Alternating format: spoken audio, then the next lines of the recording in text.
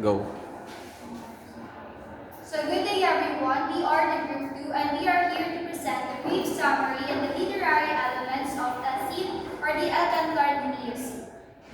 So my name is Dylan Esinco. Today I'm going to discuss the hero and settings of El Cantar de Niusil. So before I start, do you have any idea kung ano tong suot niya? Protection para sa pandigma.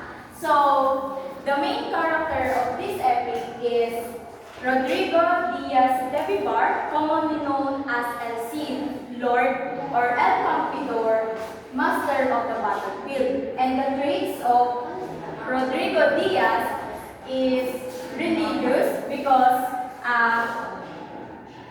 he frequently prayed to God before and after his battle, and second, loyal because even after being exiled by the King Alfonso, he continues to send the king gifts or spoil him from his victories.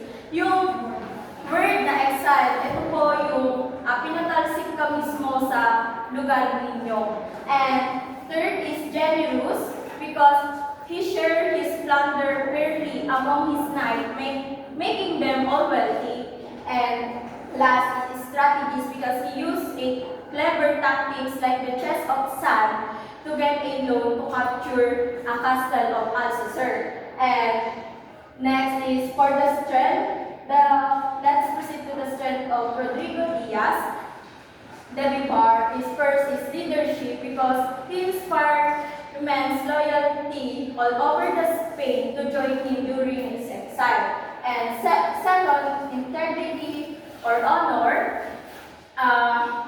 He's deeply concerned with this bird that none ever pluck, which symbolizes his untouched honor. And last is military powers.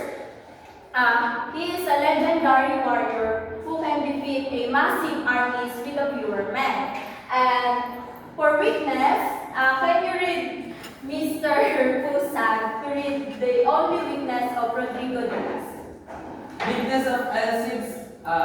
Weaknesses of Rodrigo Diaz de Vivar. Elcid's primary emotional weakness is his love for his wife Donna Jimena and his two daughters Elvira and Sol.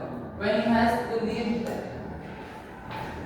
So, thank you. So, for the settings of this story, the story is set in the 11th century, an era of shifting alliances and constant warfare between Christians and Muslim kingdoms in Spain. It happened across medieval Spain following a path known as the Camino del Cid, which includes Burgos or Vivar. This is his starting points and the place of his exile.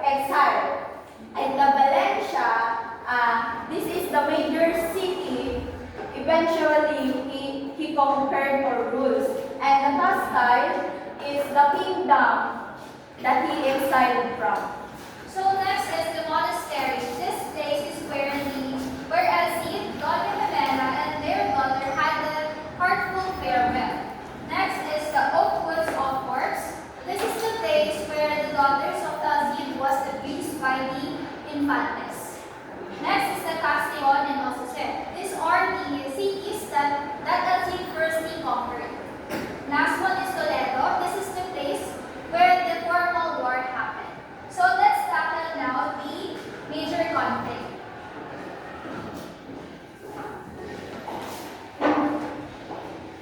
So good day everyone, I'm Tori Luzon, and now I'm going to discuss the major conflict of the story. So the major conflict of the story centers on Rodrigo Diaz de Vivar's loss of honor after being unjustly exiled by his king and the struggle to restore his reputation, loyalty, and family honor. So this story is based on the life of El Cid, or also known as Rodrigo Diaz de Vivar. So the major conflict of the story is focused on El Cid's loss of honor and after being exiled in his struggles with restoring his reputations, wealth, and family honor. So the major conflict begins when El Cid was falsely accused of keeping money tribute, and because of jealousy and political manipulation, King Alfonso IV believed to all of the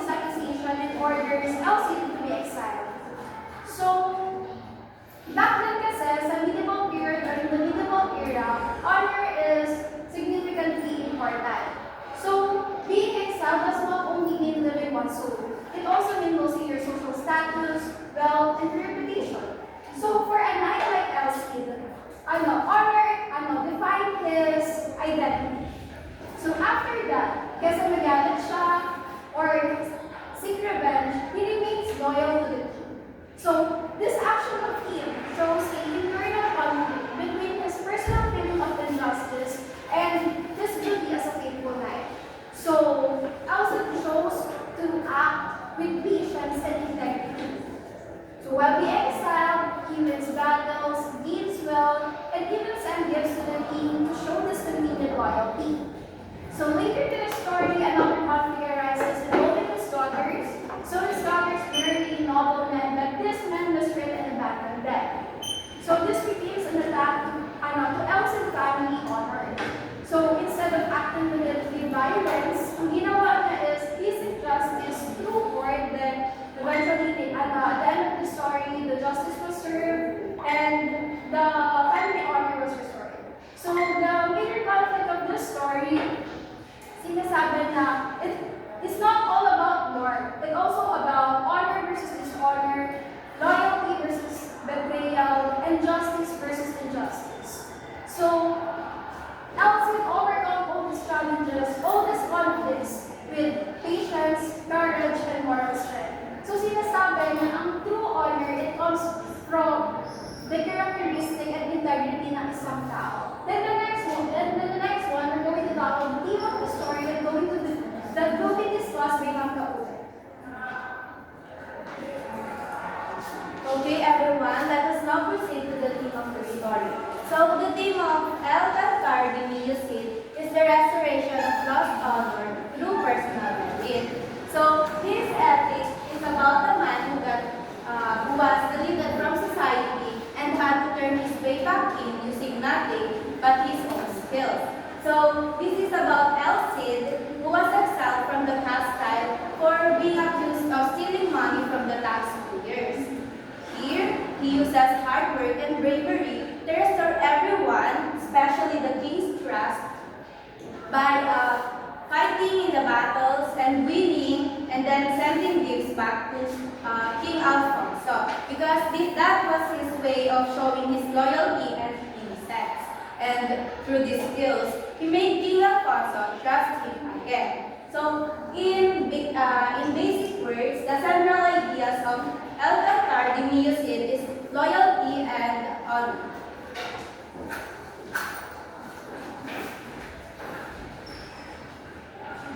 So, good day everyone. I am Mary Lasana. And I am Olivia Marie Isabel, and we are here to present a brief summary of El-Gaspar de Millucid. So, El-Gaspar de Millucid begin with Rodrigo Diaz de Vivar, also known as El Cid. He was being abused, or let's say, he's been accused by taking the tax money from the taxpayers. So, dito daw po kasi is nalaman po ito ng king, which is si King Alfonso VI. He ordered El Cid to vanish on their homeland, which is Castile. So after that, being exiled means that no one should help him get food or shelter. So forbidden yun ang king. Kahit na nga ba nung time na is kilala na si Aziz sa pagiging protector ng kanilang lugar, forbidden sila kasi nga dahil sa ginawang judgment ng king. So, isa sa mga tumulong kay Aziz or kay Rodrigo ay si Martin. Si Martin ay isang worthy friend niya. Sabi ni Martin kay Rodrigo, tutulungan kita na makakuha ng gagamitin mong pera. So, para makakuha sila ng pera, ang sabi na, let's pick a money lender. And we will give him a chest full of sand and say that it is a chest full of gold. Bakit sa tingin nyo, kinopare yung gold sa sand? Any idea? Okay. So, para matulungan kayo, kasi yung itsura ng gold na gagamitin nila or ina-ideal nila is yung fine gold. So, di ba yung mga color ng sand, medyo hawig siya dun sa gold. Kaya, yun yung ginamit.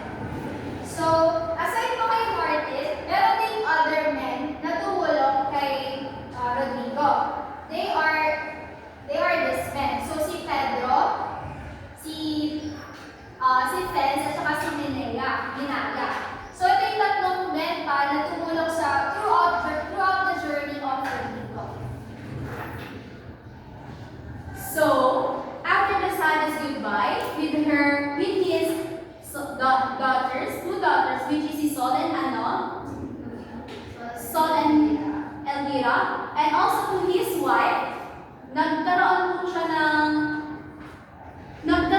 isip na sabi niya gusto niyang lumipat because nagkaroon siya ng vision, which is nakita niya si Arcangel na nagsasabi sa kanya na magtuloy ka lang dito sa pinakapanganib ng territory, then he will get victory and also he becomes success at the end.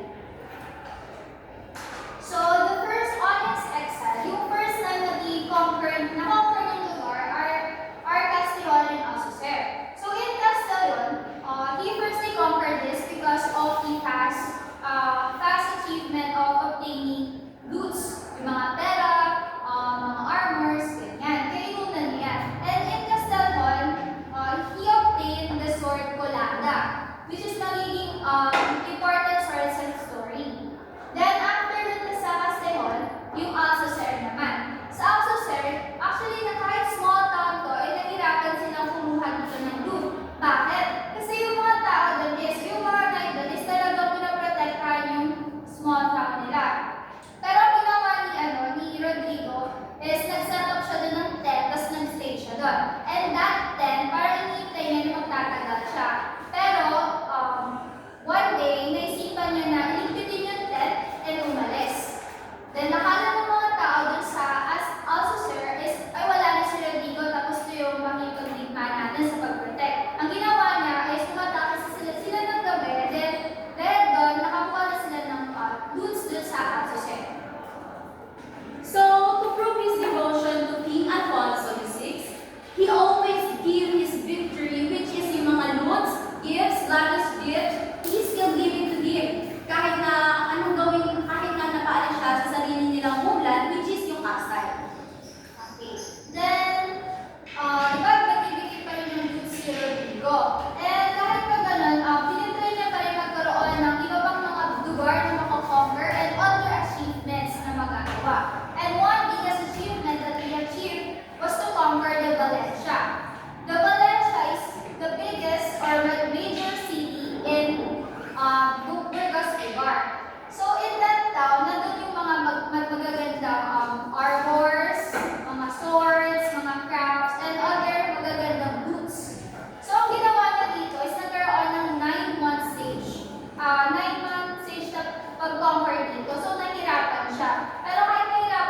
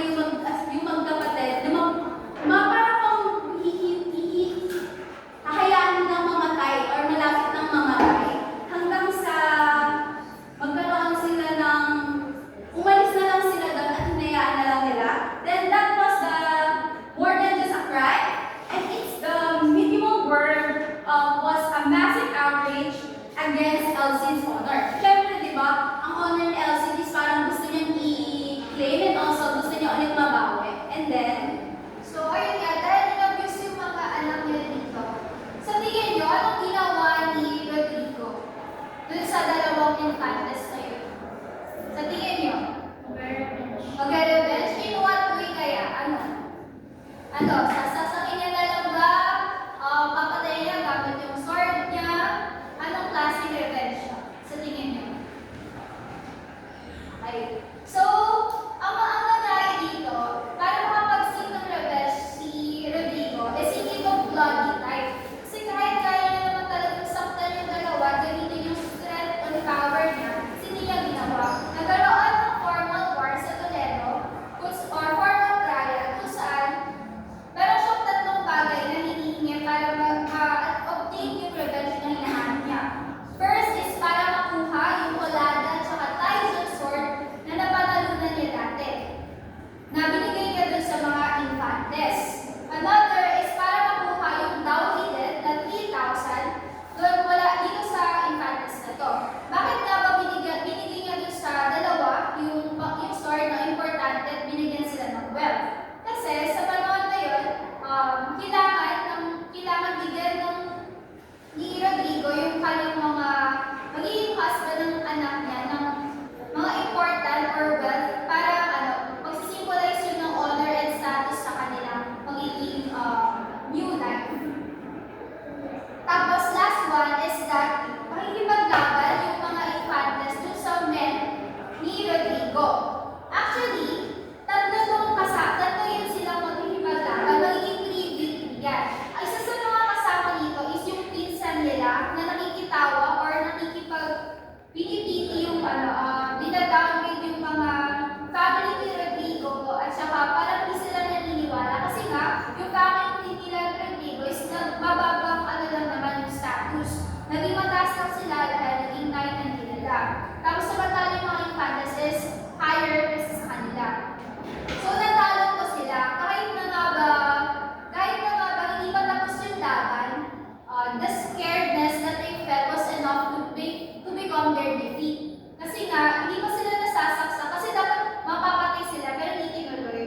So, ayun. Dahil doon, na-seek ni Rodrigo yung revenge by making them bankrupt and yung shame nila is papahiya sila dun sa lugar. so at the end of the story, si Elsie is na-reclaim niya na yung linya. Which is, ang nangyari sa kanya is, yung dalawang prinsipe ng Aragon and Navarrete, they came to get the hands of Elsie's daughter, which is si Sol and the other one. Then, ang nangyari doon at the end, from the penniless person, he become huge. So, lumaki siya na kaya niya to the point na kaya niya nang gawin yung lahat. And also, he become the greatest hero of his Spanish history. That's all. So that is the brief summary of El Cantar de Cid, or the folks and songs of Cid. Let's proceed to the values presented in the epic.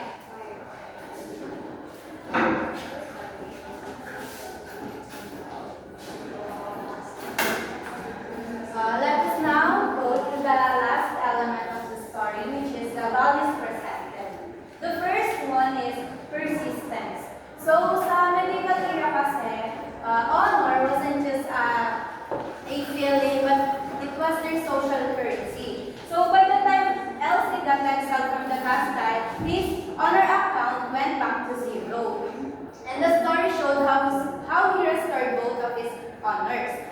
First, he restored his public honor by winning battles, sending gifts to the king, and regaining the king's trust. And second one is he restored his private honor or family name by defeating the Infantes of Carrion after they abused his daughters. And the second one is emotional intelligence. So si Elsie kasi is defined by mesura. So what do we mean by mesura? It's like being calm, mature, and like being the man in the room. So in the story, whenever something happens or whenever a problem arises, Elsie handles it always calmly and maturely like the man that he is instead of being a hot-headed boy.